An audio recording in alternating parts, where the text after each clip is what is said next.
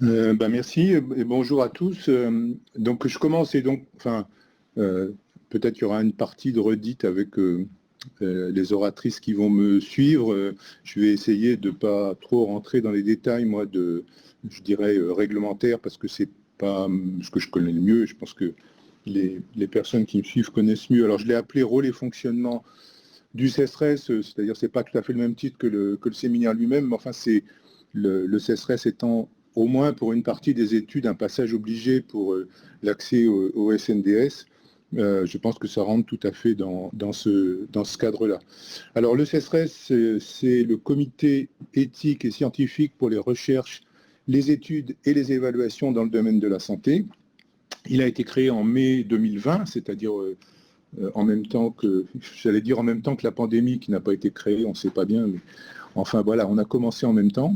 Et puis il a pris la suite de ce qui était avant le CCTRS et le CRS qui l'a précédé. Je vais revenir une minute là-dessus. Il est chargé de rendre, avant l'autorisation de la CNIL, qui le suit, je vais expliquer ça après aussi, les avis sur les projets d'études qui nécessitent le recours à des données personnelles de santé. Alors, ce schéma, je l'ai repris d'un diaporama de Lorraine Demerville pour juste vous situer les choses. Donc, dans les recherches de santé dont on parle, le CESRES n'intervient que pour les recherches qui n'impliquent pas la personne humaine. Tout ce qui implique la personne humaine, que ce soit avec des recherches non interventionnelles ou interventionnelles, relève d'autres parcours, en particulier en passant par les CPP. Pardon. Et donc l'avis du CESRES est requis pour cette partie des recherches qui n'impliquent pas la personne humaine. Alors, ce n'est pas d'une clarté limpide pour moi, mais d'autres le préciseront peut-être ce que ça veut dire n'implique pas la personne humaine. Là, je le comprends et je le dis peut-être de façon un peu simple. Il n'y a pas de prélèvement, même de prélèvements qui sont faits dans le cadre habituel du soin. Dans les études, c'est principalement, disons, des études sur des données déjà enregistrées. Donc il y a eu cette succession d'instances qui avaient des fonctions assez semblables. Le CCTIRS qui a fonctionné jusque fin 2017, le CRS qui s'occupait de l'évaluation des dossiers entre 2017 et 2020. Et j'ai mis qu'à cette époque-là, quand il y avait le CRS, c'était l'INDS, l'Institut national des données de santé, qui validait le caractère d'intérêt public des études qui étaient soumises, alors que maintenant cette tâche, cette fonction est dévolue au CESRES. Et vous voyez que c'est des initiales qui sont très proches, mais quand même, dans CRS, il y avait expertise qui a disparu, et dans CESRES est apparu éthique et scientifique. Alors, expertise et scientifique, on peut presque considérer que c'est un peu la même chose, pas tout à fait quand même, enfin j'y reviendrai un peu dans la suite, et surtout, en tout cas le mot éthique est apparu pour la dénomination du CESRES. Alors le CESRES est chargé de se prononcer sur la finalité et la méthodologie de la recherche, la nécessité du recours à des données de santé à caractère personnel, la pertinence éthique, la qualité scientifique du projet et, le cas échéant, c'est comme ça que c'est écrit dans les documents, sur le caractère d'intérêt public que représente le projet. Je reviendrai tout à l'heure un peu en détail sur ces missions pour vous expliquer un peu dans la pratique ce qu'on a fait. La réponse du CESRES aux demandes doit être faite dans un délai d'1 mois. C'est les nouvelles mesures qui ont été prises et si la réponse n'est pas donnée dans 1 mois, ça veut dire un accord implicite. Et puis à la fin une fois son avis rendu, le CESRES transmet le dossier à la CNIL, qui je crois a aussi 1 mois de nouveau pour répondre. Justement, CESRES et CNIL ont des rôles dont on nous a... quand je dis on, c'est quand le CESRES s'est mis en place, on a eu un certain nombre d'explications qui nous ont été données, en particulier de bien respecter les rôles respectifs de la CNIL et du CESRES, de ne pas, puisque le CESRES donne un avis avant la CNIL, de ne pas empiéter sur les prérogatives de la CNIL. Je vous ai mis les deux fonctions de ces deux structures pour qu'à la fois vous voyez que bien sûr il y a des différences, en particulier la CNIL se prononce sur les principes de sécurité, de confidentialité des données, la durée limitée de la conservation des données, les questions de sécurité des données, etc. Mais pour les autres points, il y a quand même des zones de recoupement qui sont non négligeables. La finalité de l'étude figure dans pour les deux instances. Le principe du respect des droits des personnes ne figure que dans la CNIL, mais vous verrez, je vous expliquerai un peu après. Finalement, le CSRS se prononce aussi un petit peu sur ces questions-là, notamment sur l'information et les droits d'opposition des personnes. Et puis ce qui s'appelle le principe de proportionnalité, c'est-à-dire est-ce que les demandes d'accès aux données publiques correspondent, enfin la taille de ce qui est demandé, la quantité d'informations qui est demandée correspondent aux finalités des études, et pas loin de choses dont on s'occupe aussi au CSRS, notamment pour les nombres de sujets qui sont nécessaires pour les études. La composition du CSRS a été fixée par un arrêté du mois de mai 2020. Là, je vous la présente ici. Le président, c'est Bernard Nordinger.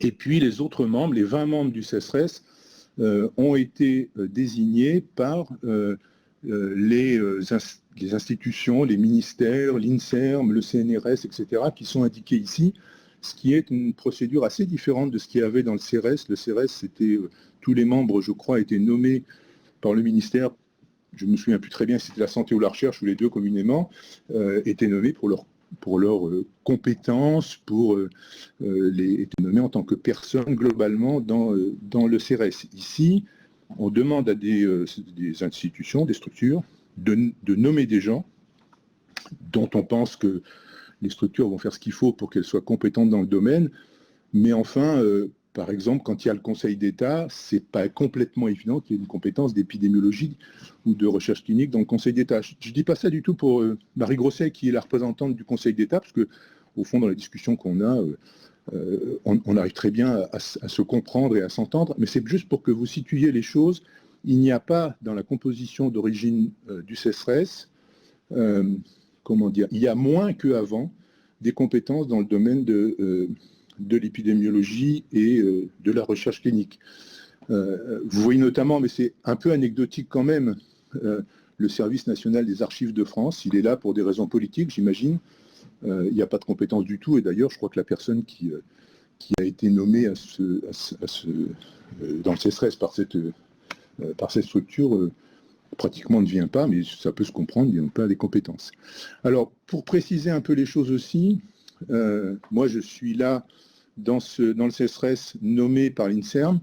Je ne suis pas là au nom de l'INSERM, je ne représente pas l'INSERM, je ne suis pas censé porter la parole de l'INSERM dans les décisions ou les avis que va donner le CSRS, puis c'est vrai pour tous les autres membres.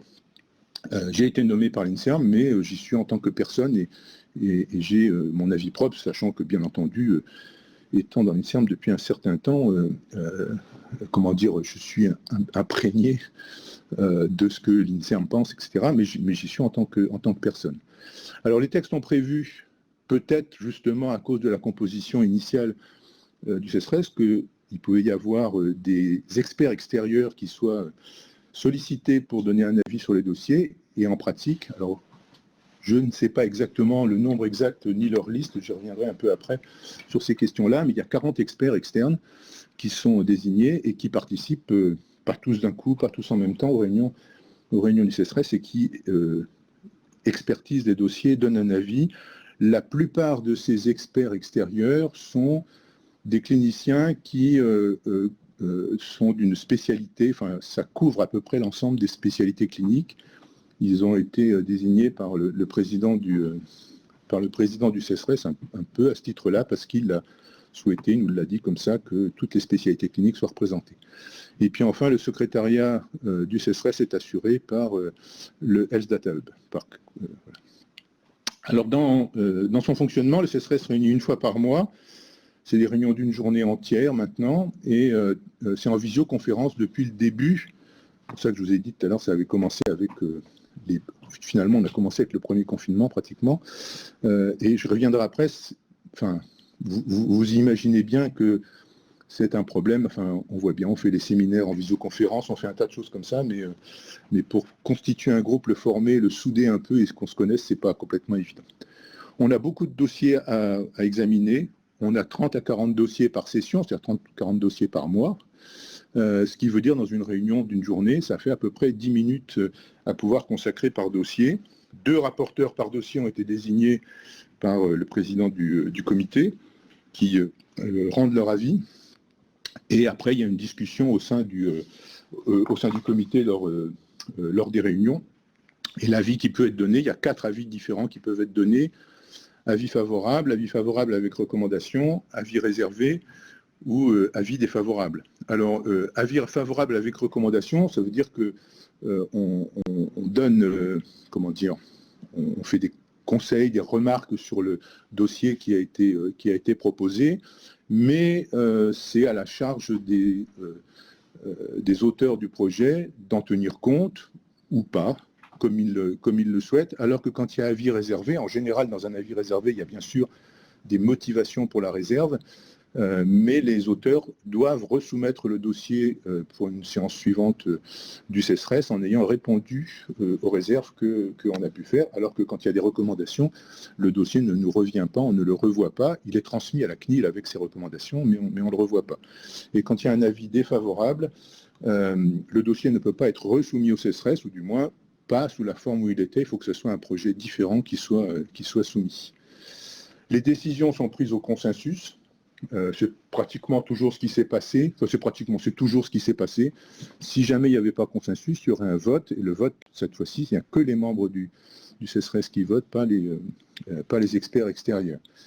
Lorsqu'un dossier nous revient, parce qu'il a eu un avis réservé, ce sont les mêmes rapporteurs qui revoient pour la deuxième fois le dossier, qui refont un avis et c'est rediscuté de nouveau dans une réunion suivante. Et les dossiers qui ont un avis favorable, avec ou sans recommandation, sont transmis à la CNIL, qui fait son travail sur les points que je vous ai indiqués tout à l'heure, et qui peut éventuellement nous redemander des compléments. C'est arrivé 2 ou 3 fois dans l'année passée, et ça a été des compléments, si je me souviens bien, à chaque fois sur l'intérêt public du sujet. J'y reviendrai un peu tout à l'heure. Alors, quelques commentaires sur ce fonctionnement. D'une part, il faut bien avoir en tête que c'est des réunions qui ont toujours lieu en visioconférence, et je vous ai dit tout à l'heure les difficultés que ça représentait. Vous savez comme moi que dans les réunions qu'on peut avoir, il y a toute une communication non verbale qui peut se faire, il y a des pauses où on peut discuter, tout ça n'existe pas. Ça rend le fonctionnement du CESRES plus difficile, on a plus de mal à se connaître, on finit par se connaître un peu, mais c'est beaucoup plus long et beaucoup moins bien, quoi. On a beaucoup de dossiers à examiner et du coup, peu de temps de prendre du recul sur les décisions qu'on peut prendre, d'avoir une espèce de phase de synthèse sur ce qu'on a fait pour éventuellement modifier des choses. Et puis, le fonctionnement est extrêmement centralisé. Peut-être c'est dû aussi au fait que c'est en visioconférence, mais je crois pas seulement. Quand je dis très centralisé, ça veut dire que la désignation des experts extérieurs dont je vous ai parlé tout à l'heure, les 40 qui sont là, ça a été fait par le président sans qu'il demande l'avis du comité. Alors, il nous a demandé de lui suggérer des noms. Moi, j'ai fait aussi pour des noms sur des gens qui étaient plutôt du côté méthodologique. Je trouvais qu'il n'y en avait pas tout à fait assez. J'ai jamais eu de réponse pour savoir s'ils avaient été contactés ou pas après ma suggestion. Je ne sais pas qui a été pris et on voit apparaître des noms d'experts extérieurs qu'on ne nous a pas demandé notre avis. Donc voilà ce que je veux dire par centraliser. On n'a pas non plus de vision globale des dossiers qui sont examinés. C'est-à-dire qu'on a des dossiers à rapporter, en général 3 ou 4 par mois, par session, chacun, pas toujours, mais moi c'est ce que j'ai eu à peu près. Mais on ne voit pas l'ensemble des dossiers qui vont être soumis lors de la réunion, on ne les voit que au moment de la réunion, et vous imaginez que en 10 minutes à chaque fois par dossier, on n'a pas le temps bien sûr de les examiner, de les prendre en compte, et la discussion est forcément un peu rapide et un peu courte, mais c'est lié à beaucoup de dossiers. C'est pas très évident d'imaginer un autre fonctionnement, mais ça pose, à mon avis, un peu un problème. Et il n'y a pas de lieu, quand je dis lieu, je veux dire un site web.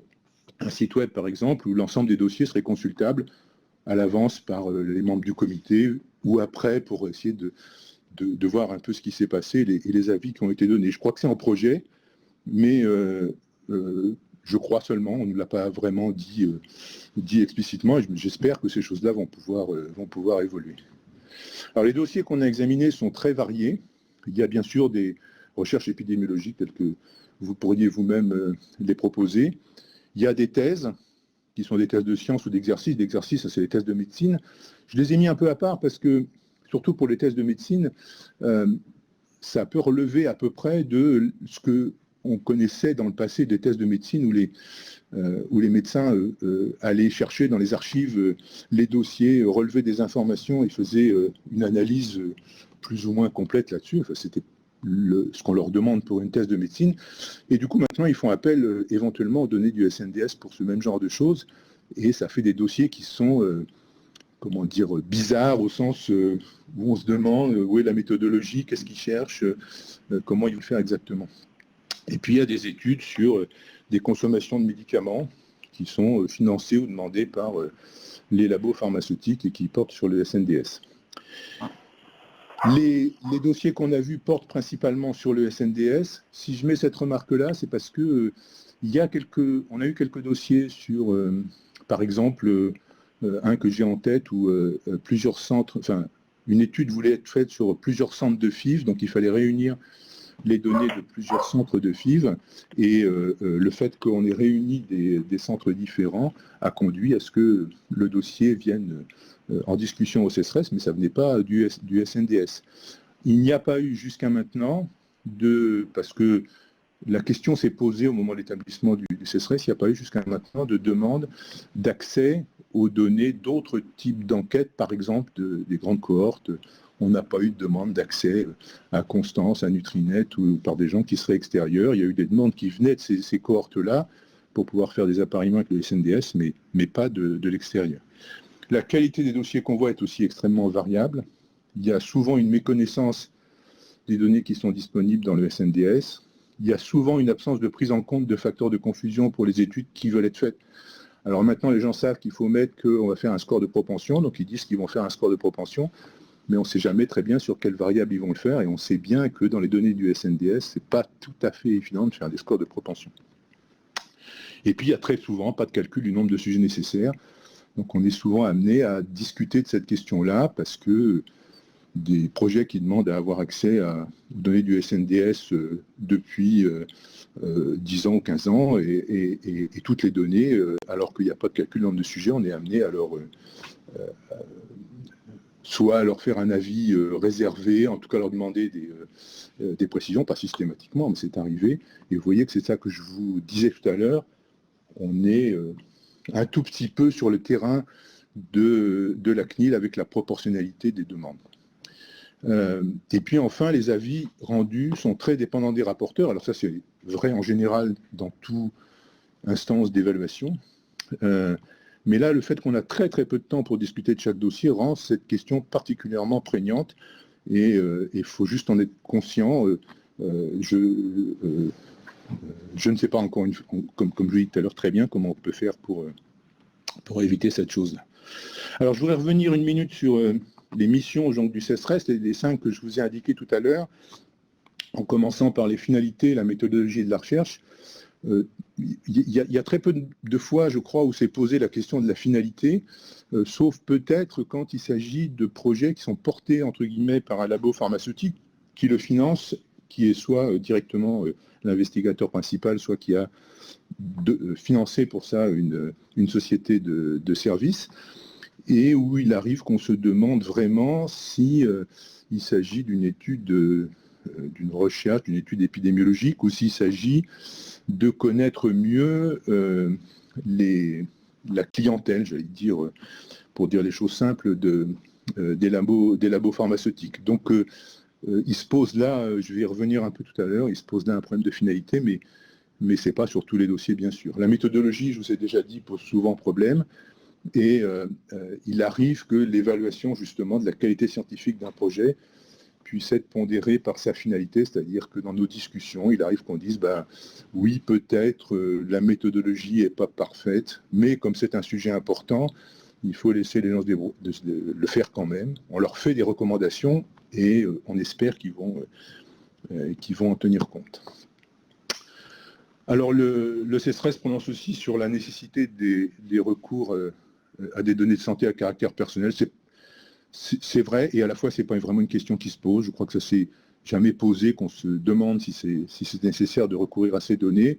Et la plupart des projets, d'ailleurs, ne seraient pas faisables avec des données individuelles, des données groupées, par exemple. Et donc, ça a rarement, enfin presque jamais, je crois, posé de problème cette question-là. On doit se prononcer sur la pertinence éthique. On n'en a jamais discuté, pratiquement, sauf une fois peut-être. On n'a jamais discuté des questions éthiques. Alors, il faut peut-être se rendre compte aussi que quand il s'agit de données déjà recueillies, comme celle du SNDS, il y a moins de questions éthiques, en tout cas d'interférence avec les personnes elles-mêmes par un questionnaire, par des prélèvements, des choses comme ça, et que c'est plus probablement la finalité même de l'étude qu'on veut faire qui pourrait poser un problème éthique, mais encore une fois, ça a été, sauf peut-être une fois, pratiquement jamais discuté. Donc je passe sur la qualité scientifique dont je vous ai parlé tout à l'heure, pour dire un petit mot sur le caractère d'intérêt public d'un projet qui, moi, à mon sens, est quelque chose d'important, puisqu'en fait, on est amené à donner un avis sur l'utilisation de données publiques par les demandeurs, qui, eux, ne viennent pas toujours du public, ou qui, même s'ils viennent du public, peuvent en faire des choses qui seraient jugées non d'intérêt public. Alors, la difficulté qu'on a, c'est qu'on n'a pas de définition de ce que c'est que l'intérêt public, ou en tout cas pas de définition claire, et il est marqué dans les textes qui définissent le CESRES, qu'il doit se construire sa doctrine. Et vous voyez qu'avec le temps très court qu'on a pour chaque dossier, et pas de temps en dehors, c'est pas si simple que ça de se construire une doctrine avec des dossiers qu'on voit à longueur de journée, de réunion, et où il ne reste pas beaucoup de temps pour autre chose. Alors, il y avait déjà eu des choses de fait quand même sur cette question-là. L'INDS avait répertorié 4 types de finalités: l'amélioration des soins et de la santé publique, l'amélioration du système de santé, la recherche et l'augmentation des connaissances, la contribution potentielle à l'intérêt général d'une étude poursuivant des finalités d'intérêt privé.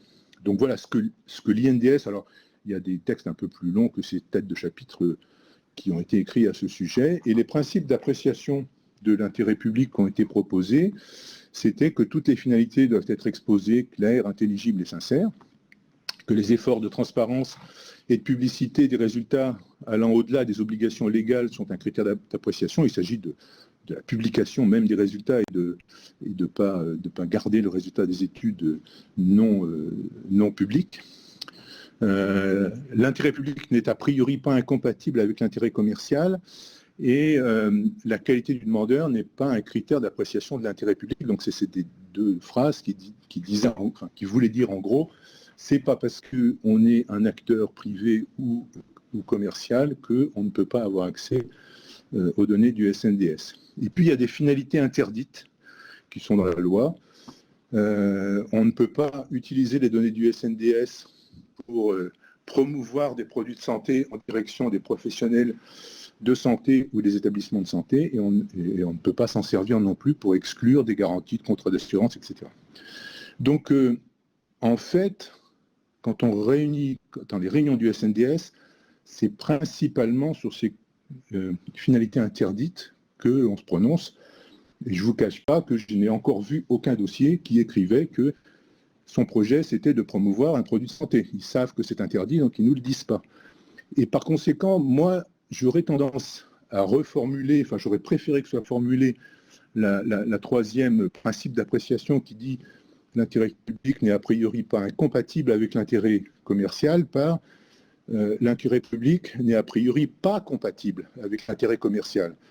Et si je le dis comme ça, c'est parce que je trouve que la charge de la preuve que c'est un intérêt public devrait être au demandeur, en disant que c'est a priori pas compatible, mais que si on nous démontre que ça l'est, eh bien très bien. Alors que là, la charge de la preuve est au CESRES, qui doit démontrer que c'est pas compatible avec l'intérêt public. Et en gros, on n'a aucun moyen pour le faire, on n'a aucun élément, on a un dossier qui est en général le propre et lissé, et on n'a que des soupçons. Ça m'est arrivé, moi, sur Cercier, mais on est à la frontière du procès d'intention, c'est très difficile d'aller plus loin.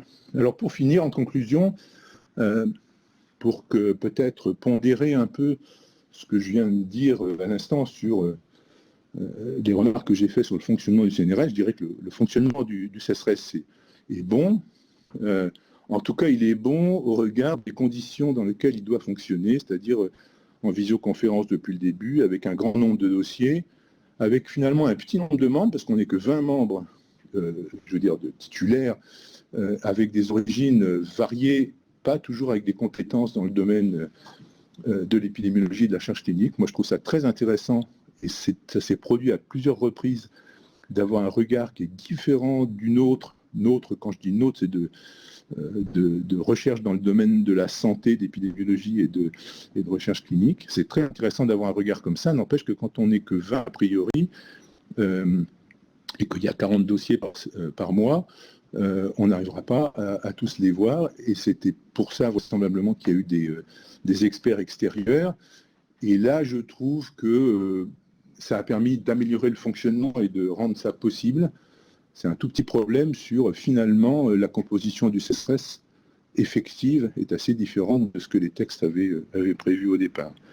Et donc, ce qui pose problème, mais ça revient un peu à ce que je viens de dire, c'est que c'est la composition du CSRS et le nombre de demandes, je viens de le dire. La qualité scientifique des demandes, c'est embêtant parce que il y a beaucoup de demandes, je ne sais pas les chiffrer, je n'ai pas de vision globale, dont la qualité méthodologique est discutable. Et en tout cas moi, j'avais un peu le sentiment que on avait une pression implicite pour qu'on n'ait pas trop de dossiers qu'on refuse, qu'il y a un taux d'acceptabilité, d'acceptation, même avec même s'il y a des recommandations des dossiers qui ne soient pas trop petits, parce que il faut exploiter vraiment ces données extraordinaires qu'on peut avoir dans le cadre du SNDS.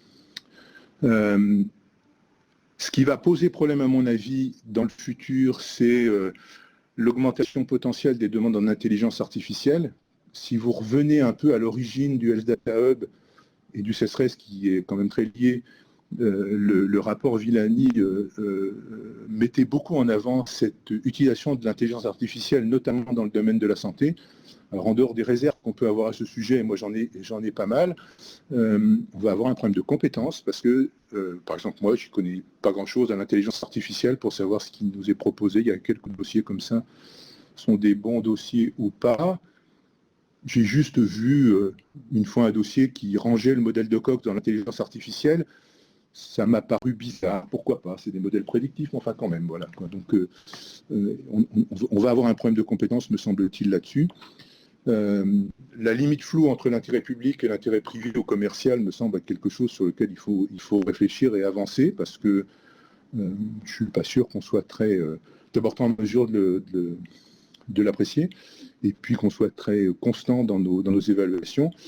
Et puis, pour finir, je trouve que la place du CSRS par rapport au Health Data Hub doit être éventuellement réfléchie. Ce n'est pas complètement innocent ou neutre que ce soit le Health Data Hub qui assure le secrétariat et donc qui permette au CSRS de fonctionner.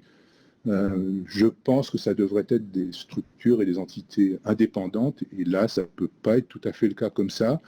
Et je trouve que ça mérite réflexion.